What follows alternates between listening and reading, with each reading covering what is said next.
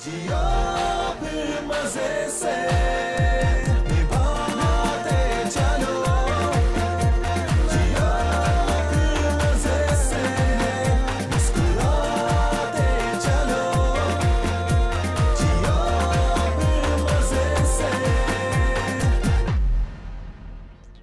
रंगों से तस्वीरें, लफ्जों से तहरीरें, प्यार के लम्हों से फिर नई तकदीरें बनाते चलो, जियो फिर मजे से मुस्कुराते चलो, जियो फिर मजे से।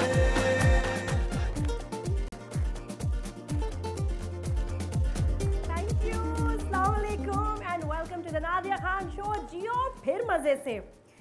उफ, इतनी एक्सपेक्टेशंस हैं सब इंसानों से ज़िंदगी में, लेकिन मेरे ख्याल मुझसे इस वक्त पूरे पाकिस्तान को, पाकिस्तानी व्यूअर्स दुनिया में कहीं भी हैं, उनको इतनी एक्सपेक्टेशन है नादिया क्या करने वाली है, शो डिफरेंट हो, शो में ये हो, शो में वो ना हो। अच्छा, मज़े की बात है कि जब मैं किसी से पूछती हूँ ना, ठीक है भाई कुछ मुझे डिफरेंट करना चाहिए नया शो में, क्या करूँ? बस ये करो, मतलब कुछ जो हो रहा है वो ना हो, इससे अलग हो, ये मतलब। लेकिन एग्जैक्टली किसी को नहीं पता कि करना क्या है, क्या डिफरेंट। बस जी वो थोड़ा सा देखिए मॉर्निंग शो से हट के हो, ज़रा सीरियस होना चाहिए, ज़रा ये मतलब क्या, सबसे पूछा है मैंने और मुझे कोई भी सही जवाब नहीं दे सका जिससे मुझे हेल्प हुई हो कि हाँ यार बस ये पता है कोई बहुत बड़ा शो करना है, बड़ी एक्सपेक्टेशन है, कोई धमाकेदार या बेस्ट ये होता है कि ओपरा से कंपेयर कर लिया जाता है, ओपरा टाइप शो, ओपरा टाइप शो। बहुत अजीब लगती है मुझे ये स्टेटमेंट। हमारे मुल्क में बड़ा टैलेंट है हमारे मुल्क में, लेकिन जो कुछ मसाइल है जिसकी वजह से जो आप एक हद तक ओपन हो सकते हैं, आप हद तक बात कर सकते हैं ताकि कोई अफेंड ना हो। और फिर हमारे यहाँ एक्सट्रीमिज़म भी आपको पता है बहुत ज़्यादा है, तो इसलिए सोच समझ के ऐसे शो करना कि जिससे कोई अपसेट ना हो और फिर भी एंटरटेनिंग भी हो, इंफॉर्मेटिव भी हो, बहुत मुश्किल काम है। तो मैंने कहा मैं अभी क्या चेंज लाऊंगी, वो ये जो हमारा एक टैगलाइन भी होगी कि होस्ट की बातें कम और शो ज़्यादा। तो आपको मैंने लास्ट टाइम भी थोड़ा सा आपको शो का बताया था फॉर्मेट, जिसमें हमारे ये पोलिंग ग्रुप्स हैं 3 सीनियर्स के, और आज ज़रा एक्स्ट्रा सीनियर्स हैं जो कि थोड़े यहाँ स्टूल पे नहीं बैठ पाते, तो ज़रा उनको हमने और कंफर्टेबल किया। आपने ज़्यादा पार्टिसिपेट करना है जी प्लीज़। तो साथ में एडल्ट्स का ग्रुप है, यूथ का ग्रुप है, यंगस्टर्स का ग्रुप है। तो आप सब ने वोट करना है जब आपसे सवाल पूछा जाएगा। मैं बहुत एक्सप्लेन नहीं कर सकती फॉर्मेट, बिकॉज आई थिंक जब तक आप देखोगे नहीं ना आपको समझ नहीं आएगा। कुछ हम शोज़ करेंगे टॉपिक बेस्ड, जिसमें कोई ना कोई इशू होगा, साथ में उसमें भी वोटिंग लेंगे, अपने जवानों का ओपिनियन लेंगे, एडल्ट्स का लेंगे, अपने तजर्बे का सीनियर्स हमें जो है हमें कंट्रीब्यूट करेंगे हमारे शो पे। तो साथ में पैनलिस्ट हैं, कुछ एक्सपर्ट्स हैं जो कि अगर इंटरव्यू वाला शो है तो उसके ऊपर बात करेंगे, अगर टॉपिक बेस्ड है तो उस टॉपिक पे बात करेंगे। आज जो पहले शो में मेरे पास पर्सनालिटी जिनका मैंने इंटरव्यू किया, मुझे बहुत अच्छा लगा।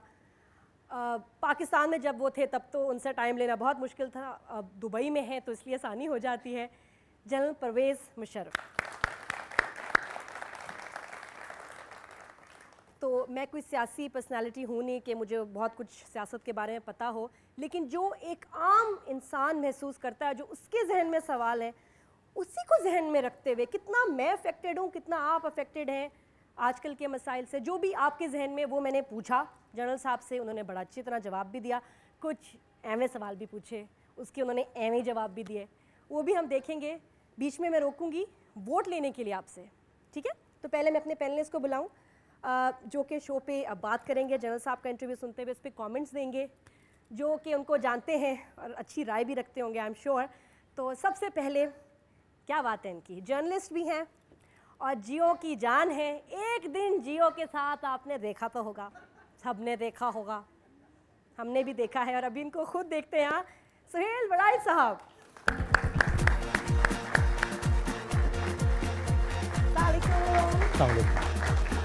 सर प्लीज बैठिए। Thank you. आप ठीक हैं? मैं बिल्कुल ठीक हूँ और मैं अपनी दूसरी गेस्ट को प्लीज़ बैठिए, गेस्ट को मैं बुला लूँ ताकि साथ साथ बात हो। मैंने कहा ना बातें कम और शो ज़्यादा। तो दूसरी हमारी पर्सनालिटी जो कि जनरल साहब की बातों को, उनके कमेंट्स पे अपने कमेंट देंगी, फिल्म स्टार हैं और इतना सा बची हैं बस पॉलिटिक्स में आते हुए। अब ये अच्छा हुआ है बुरा ये तो नहीं मुझे पता, लेकिन ये कि वो आने वाली थी पॉलिटिक्स में, बल्कि जनरल साहब की पार्टी ज्वाइन कर ली थी। ऑलमोस्ट कर ली थी, फिर क्या हुआ पूछेंगे हम खुद लैला जी से।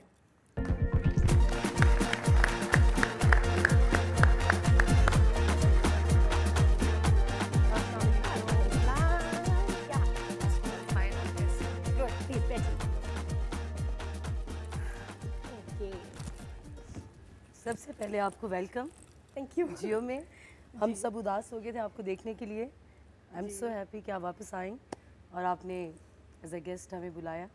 जी बिल्कुल, और मैं चाहती हूँ, मुझे पता है हमारे सेलिब्रिटीज़ ख़ास तौर पे इतने इंटेलिजेंट हैं, उनको शो में आके इंटेलेक्चुअल गुफ्तगू करने का मौका नहीं मिलता। कि मेरे शो पे मैंने कहा इनको भी ज़रा इंटेलेक्चुअल बातें करने का मौका दिया जाए ना, ज़रा इंटरव्यू से हट के बात करें। बिल्कुल डिफरेंट बात होनी चाहिए and this would be a change. जी, और ऐसी चेंज की ज़रूरत है। हमारे बहुत सारे लोग समझते हैं कि फिल्म टीवी के लोग ज़रा बेवकूफ़ होते हैं, ख़ास तौर पे लड़कियाँ। क्या ना फिल्म की इनको क्या पता, और 2-3 ने एक्चुअली वैसे नाम भी इतना रोशन किया कि उसकी वजह से नाम ख़राब हो गया। आपका इनसे बड़ा इंटरेक्शन रहा है, आपको खुद पर्सनली लगता है क्या है कि हमारे जो आर्टिस्ट हैं वो कितने समझदार हैं? मैं तो किसी को बेवकूफ़ नहीं समझता। हर वो बंदा जो शोहरत हासिल करता है किसी ना किसी तरह इतना अक्लमंद ज़रूर होता है कि वो अपने मामलात को बहुत बेहतर मैनेज करता है। लैला जी नादिया, आपने तो पार्टी ज्वाइन कर ली थी मुशर्रफ साहब की 2010 में, फिर क्या हुआ? इस तरह से ज्वाइन नहीं की थी कि अनाउंसमेंट नहीं हुई थी, लेकिन मैंने PML का जलसा अटेंड किया, प्रेस कॉन्फ्रेंस थी, उसमें मैंने अपना इंटरेस्ट शो किया और इनसाइड हम लोगों की बातचीत चल रही थी। लेकिन जैसे ही वक्त करीब आया कि मैं अनाउंस करती, मेरी मदर की डेथ हो गई। उसकी वजह से पूरा 1 साल 2011 मैंने काम नहीं किया, बिल्कुल ही मैं शोबिज़ से सीन से हट गई थी। अभी बस कोई 2 महीने से मैंने फिर से कम बैक किया है शोबिज़ में, इंटरव्यूज़ में आ रही हूँ, मॉर्निंग शोज़ में, और एक्टिविटी अभी स्टार्ट की है। तो जब इतना बड़ा आपका लॉस हो जाए तो आपको कहाँ पॉलिटिक्स और कहाँ शोबिज़ याद रह जाता है। अच्छा, मैं उसके तो ये बाद भी अब भूल जब गई थी कि मैं लैला हूँ, बस मुझे इतना याद रह गया था मैं किसी माँ की बेटी हूँ और उस बेटी की माँ चली गई है, बस मुझे इतना याद था पूरा साल। So sorry for your loss Laila. अब जब थोड़ा आप संभल गई हैं, वक्त गुजर गया है, आपको लगता है कि अब आपको ज्वाइन करना चाहिए पॉलिटिक्स? देखिए लेट्स सी, अभी फिर से इलेक्शन होने वाले हैं, इलेक्शन आने वाले हैं, अभी फिर से एक दफ़ा से जहन में वो चीज़ें आ रही हैं कि मैं क्या कर रही थी। इंशाल्लाह। दुनिया में जितने सेलिब्रिटीज़ होते हैं, फिल्म स्टार हैं, प्रोफेशनल्स हैं, वो हमेशा उस मुल्क की पॉलिटिक्स में बड़ा रोल अदा करते हैं। बिल्कुल। पाकिस्तान में कुछ अरसे से ऐसे हो गया था कि हमारे जितने भी सेलिब्रिटीज़ हैं वो कहते थे बस पॉलिटिक्स को छोड़ो, पॉलिटिक्स को छोड़ो। इस वजह से तब्दीली भी नहीं आ रही थी। तब्दीली तब आती है जब मुआशरा प्रोएक्टिव रोल अदा करता है। जी। और हमारे जितने भी पढ़े लिखे लोग थे वो पॉलिटिक्स को बुरा कहकर और अपना दामन छुड़ाकर चले जाते थे। इससे तब्दीली नहीं आएगी। जी, गट्स चाहिए बहुत, इसके स्पेशली लिए अगर एक गट्स औरत चाहिए, है। इसके लिए पार्टिसिपेशन चाहिए, इसके लिए लोगों को खुद आगे आना होगा, तभी तब्दीली आएगी। बिल्कुल सही है, लेकिन जिन्होंने हिम्मत भी की है उनका ही बड़ा हशर किया हम लोगों ने। जो भी टीवी से लोग जिन्होंने पार्टिसिपेशन की ख्वाहिश ही जाहिर की, हमने कहा ये क्या हो रहा है, ये देखो ये क्या, मतलब वैसे वो शो ऑफ कर रहा है, कोई ड्रामा कर रहा है। देते हैं मुशर्रफ शाहीन को कितने लोगों ने एक्चुअली अप्रिशिएट किया? ऑडियो को देख लें, मुझे समझ नहीं आती अप्रिसिएशन क्यों नहीं है। हम लोगों को क्रिटिसाइज करने के अलावा कुछ आता ही नहीं। अब प्लस पॉइंट भी तो होते हैं ना हर इंसान में, अगर माइनस पॉइंट हैं तो प्लस पॉइंट भी होंगे। उसमें अगर इजाज़त हो, गुजारिश है कि रोनाल्ड रेगन की मिसाल हमारे सामने है। वो हॉलीवुड से उठे और बिलाखिर अमेरिकन प्रेसिडेंट बने। पाकिस्तान में हमारे टीवी स्टार थे तारक अजीज़, वो पॉलिटिक्स में हिस्सा लेते रहे। बात यह है कि किस लेवल का आप मिशन उठाते हैं, फिर लोगों का रिस्पांस भी उसी लेवल का होता है। और दूसरा यह है कि हाँ, और 4-5 नाकामियों को आप यार्ड स्टिक बना लें कि आइंदा बस किसी ने नहीं आना, ये भी नहीं। आपको ये नए यार्ड स्टिक्स बनाने पड़ेंगी, ये हदूद क्रॉस करनी पड़ेंगी। पूरी सोसाइटी के जो इंटेलेक्चुअल लोग हैं, सेलिब्रिटीज़ हैं, वो आगे आएंगे तो माशरा बदलेगा। बिल्कुल सही। चलिए जी, अब शुरू करते हैं बाकायदा शो। होगा ये कि मैं आपको कुछ सेगमेंट्स में दिखाऊंगी, थोड़ा थोड़ा इंटरव्यू, कुछ जब सवाल का हमें लगेगा कि मार्जिन है, यहाँ सवाल होना चाहिए, फिर मैं वोटिंग के लिए वापस स्टूडियो में आऊँगी। तो अभी हम चलते हैं दुबई, जहाँ उनके अपने पेंट हाउस में ये बहुत ही ज़बरदस्त इंटरव्यू हुआ जनरल मुशर्रफ। और इस वक्त बड़े ऑनर की बात है, एक तो ये कि जनरल साहब खुद यहाँ हमारे सामने बैठे हैं, दूसरा ये कि उनके घर, उनके पेंट हाउस में इस वक्त हम बैठे हुए हैं, जिसको आप दूर से देख सकते हैं, और यहाँ अंदर आना स्ट्रिक्टली मना है, यहाँ ना इंटरव्यूज़ होते हैं ना कोई ऐसे इधर आ सकता है। तो मुझे बड़ा अच्छा लग रहा है और बड़ा एक कंफर्टेबल सा एनवायरनमेंट है, घर की बात सी लग रही है। मैं रिलैक्स हो गई हूँ बहुत कि मैं इनसे अब यहाँ बात करूँगी। How are you? Very good. मुझे थोड़ा टाइम लगेगा थोड़ा रिलैक्स होते हुए, क्योंकि ज़रा ये बड़ा ऐसा इंटरव्यू जिसमें मुझे बड़े घर वालों ने सबने बताया ये नहीं बोलना, वो नहीं कहना, वो नहीं पूछना, बड़ा प्रेशर है आपका सब पे। नहीं, आप जो मर्जी पूछें, क्योंकि जवाब मैं उसके मुताबिक देता हूँ। वैसे आपका इम्पल्सिव आप इंटरव्यूज़ देते हैं कि जी कह दिया और बाद में रिग्रेट किया, या बड़े सोच समझ के एंड सेफ प्ले करते हैं? नहीं, मेरे ख्याल में मैं इतना सोच समझ के नहीं, लेकिन मैं कभी रिग्रेट नहीं करता हूँ। आपको दुबई की लाइफ और लंदन की भी लाइफ, पाकिस्तान की लाइफ, क्या आपको डिफरेंस लगता है? अब मेरे ख्याल में पाकिस्तान के बाहर लंदन और दुबई सबसे अच्छी लाइफ है। जाहिर है पाकिस्तान से कंपेयर नहीं हो सकती। इस वक्त तो कहीं की भी पाकिस्तान से दुनिया में कंपेयर हो ही नहीं सकती, जितनी सज़ा हम काट रहे हैं। हाँ, और सर पता है क्या होता था पहले? तो ये कि चलो जी लोग कहते थे कि जी गरीबों के साथ चलो है, उनके साथ तो सख्ती है, बाकी लोग चलो कंफर्टेबल है, मिडिल क्लास कंफर्टेबल होती थी, हाई क्लास तो हमेशा ही सही ठीक रही है। अब कोई क्लास खुश नहीं है। If you have money and if you don't, doesn't matter, you still miserable, all of us are miserable equally. बड़ा इंतज़ार लोग कर रहे थे आपके फैंस, वो लोग जो कि अब सीरियसली चाहते हैं चेंज आए पाकिस्तान में। आप उनके लिए एक उम्मीद थे। 23 मार्च बड़ा इंतज़ार हुआ, एयरपोर्ट के बाहर लाइनें थीं, बसें थीं, लोग हार लेके आए हुए थे। आई एम श्योर जिनको नहीं पता कि आप नहीं आ रहे, क्या हुआ, क्यों नहीं आया? देखें, एक एनवायरनमेंट चाहिए, एक फ़िज़ा चाहिए।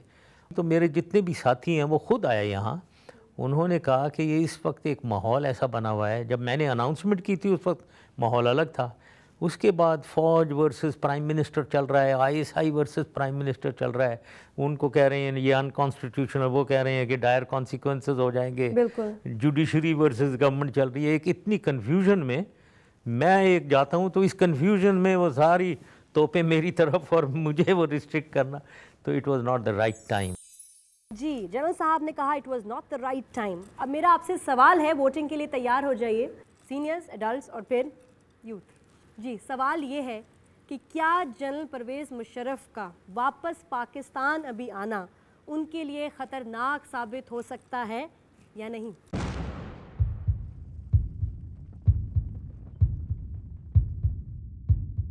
इस सवाल के अभी जो रिजल्ट है हम आपको बताएंगे ब्रेक के बाद, क्योंकि अभी जो है अभी तो माहौल बनना शुरू हुआ है। बड़ा साहब आगे तो ऐसे ऐसे सवाल हैं और ऐसे ऐसे जवाब हैं कि उफ। पीना पड़ता है गुस्सा, क्योंकि मैं उनको रुतबा नहीं देना चाहता हूँ। ये छांगे हैं, छोटे लोग हैं। बड़कियां मारने वालों को क्या जनरल साहब चुप करवा सकते हैं?